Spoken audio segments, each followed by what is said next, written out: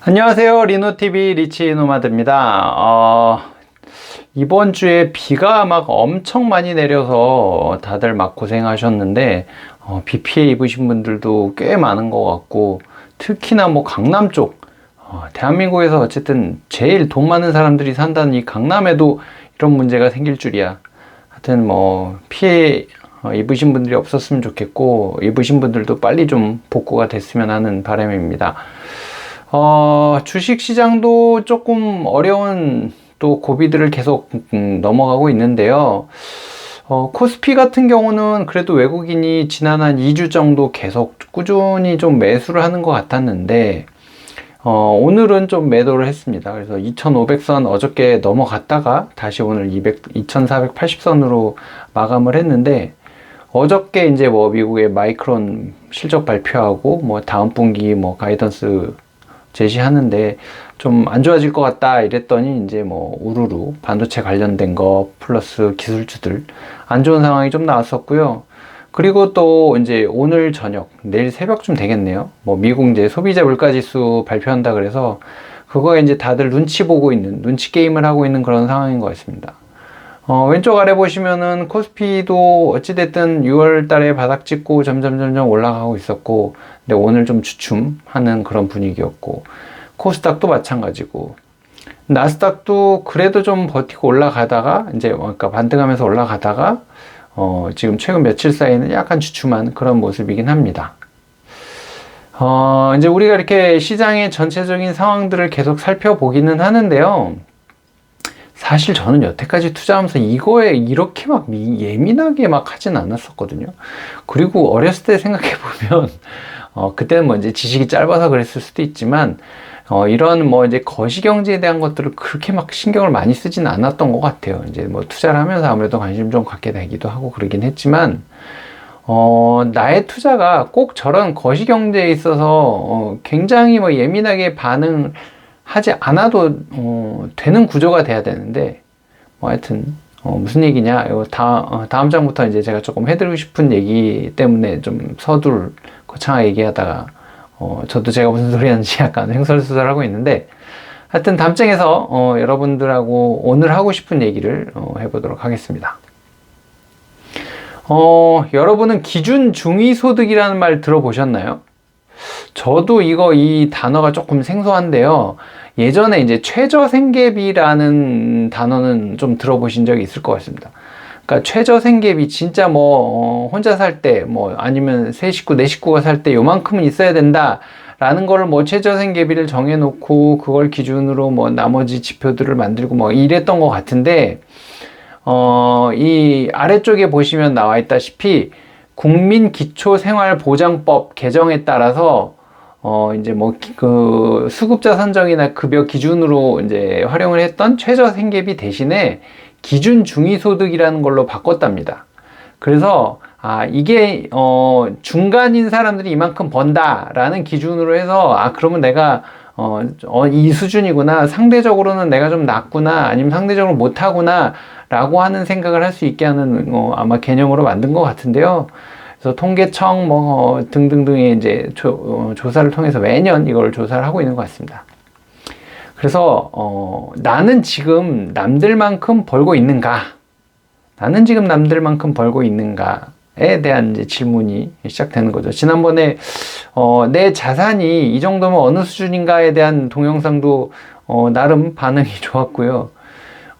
지난주에 올렸던 이제 그 배당주로 부자 되라는 제가 늘 이 채널에서 얘기하는데, 어찌됐든 그 영상이 조금 반응이 그래도 다른 때보다 반응이 좋았습니다.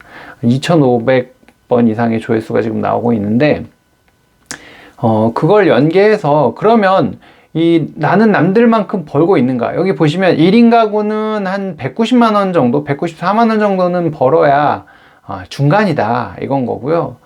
3인 가구는 419만원. 4인 가구, 저는 4인 가구거든요. 512만원은 벌어야 중간은 간다. 라는 얘기를 합니다. 근데 이게 보면 증가율이 작년에 비해서 5%, 6% 정도는 늘어나야 된다는 거거든요. 근데 모르겠습니다. 올해 지금 임금 인상률 다른 분들은 어떤지 모르겠지만 이제 임금 인상률이 4% 5% 안 되는 회사들도 꽤 있거든요. 뭐 이 경기가 어려우니까 3%만 올리자, 4%만 올리자 한 데도 있는데 지금 남들은 5%씩 올라갔대요. 어떻게 올렸을까요?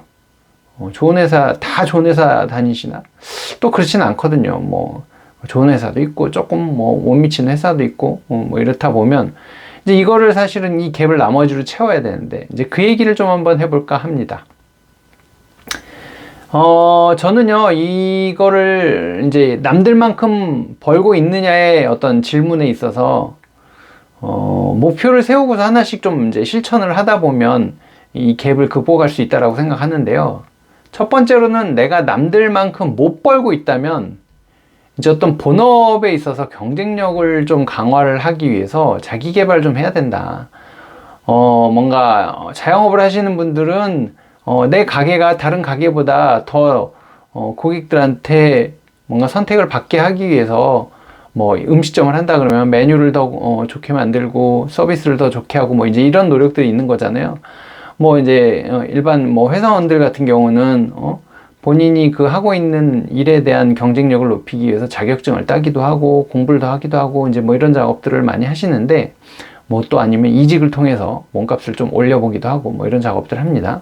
그렇게 하더라도 내가 이제 남들만큼 벌지 못하고 있다면 이제 갭을 메워야 되는데 그 갭 부분은 본업에서 만들어 놓은 시드로 이제 이걸 구조를 짜서 소득 차이를 금융소득으로 저는 커버해야 된다라고 생각하거든요. 물론 투잡, 쓰리잡 하는 방법도 있어요. 투잡, 쓰리잡 해서 진짜 낮에는 회사 가고 밤에는 뭐 음식을 배달하던 대리를 뛰던 이럴 수 있는데 이거는 계속해서 하기가 되게 어려운 구조거든요. 몸이 힘들고 이제 탈이 날 수도 있고 이제 이런 부분들이어서 내가 일을 하지 않더라도 돈을 벌 수 있는 구조를 만드는 게 이제 다들 바라는 거잖아요.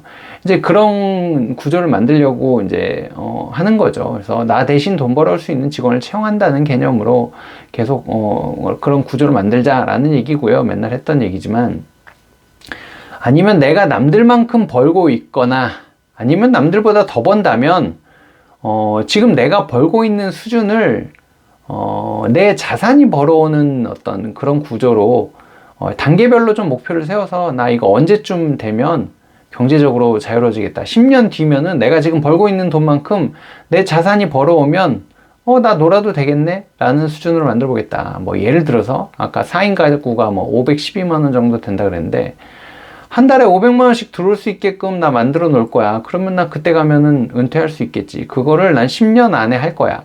라고 목표를 세우시라는 겁니다.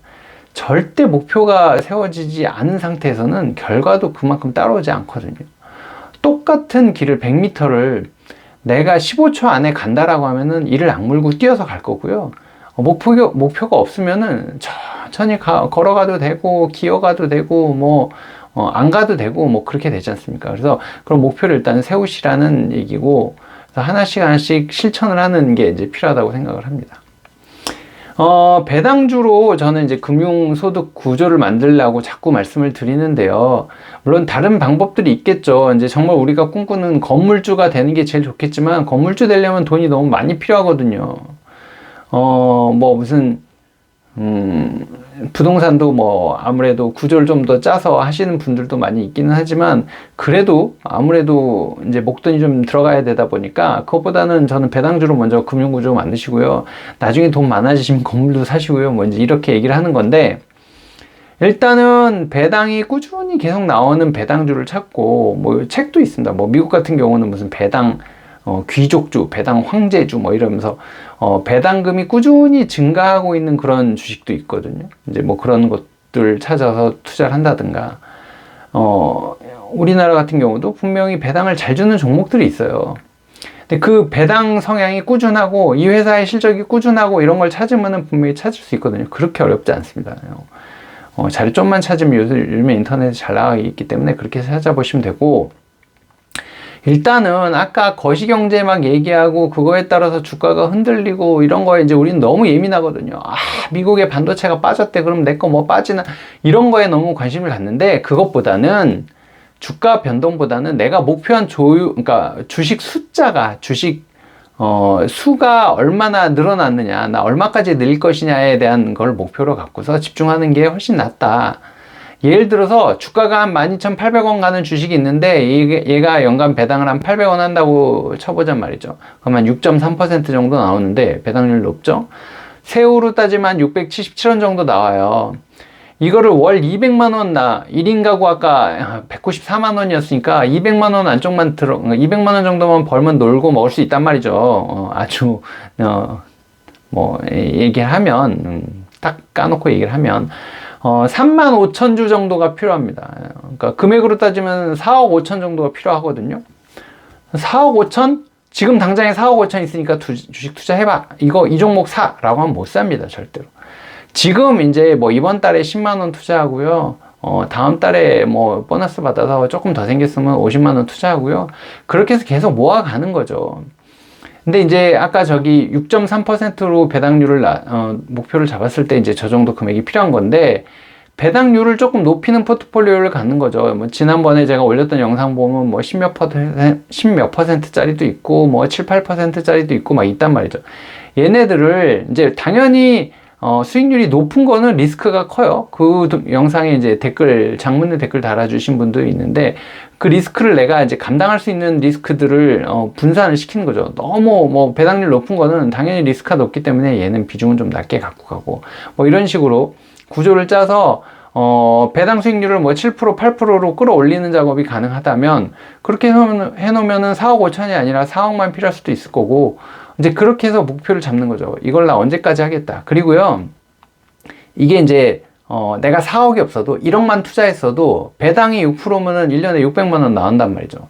그 600만 원 또 투자하면 돼요. 그럼 이제 이게 복리식으로 계속 늘어나거든요. 자산의 크기도 늘어나고 배당이 나오는 것도 늘어나거든요. 그래서 그렇게 꾸준히 투자를 하다 보면은 어느 순간인가 내 목표한 부분을 달성하게 된 나를 발견할 수 있어요. 이제 그러려면 사실은 우리가 들어오는 수입이 뻔하기 때문에 허리띠 졸라매고 계속 이제 열심히 사서 모으면 되는데, 이게 그렇게 어렵지 않습니다. 여러분들이 목표를 정확하게 세우고 벽돌 한 장 한 장 사서 내 건물 짓는다 생각하시면 얼마든지 가능하니까 저는 제발 해보시라고 맨날 얘기하는 거고요. 그렇게 해서 어찌됐든 이렇게 계속 꾸준히 배당을 주는 주식들은 주가가 오를 확률이 높습니다. 장기적으로 봤을 때. 물론 단기적으로는 출렁출렁 하겠지만 계속 주가가 배당을 꾸준히 주고 꾸준히 늘려갈 수 있다는 건 꾸준히 그 회사가 발전을 하고 있다는 거고 가치가 높아지고 있다는 거기 때문에 장기적으로는 주가가 올라갈 거거든요. 그러면 주가가 올라가면 그 부분은 플러스 알파인 거예요. 자산의 크기도 커지는 거예요. 어찌됐든 그런 구조를 자꾸 만드셔서 여러분들이 빨리 경제적으로 자유로워지셨으면 좋겠고, 그래서 어느 날은 우리끼리 모여서 경제적으로 자유로워진 사람들끼리 모여서 신나게 파티를 하는 그런 날을 한번 꿈꿔보겠습니다. 오늘은 여기까지 마무리하도록 하겠습니다. 네, 고맙습니다.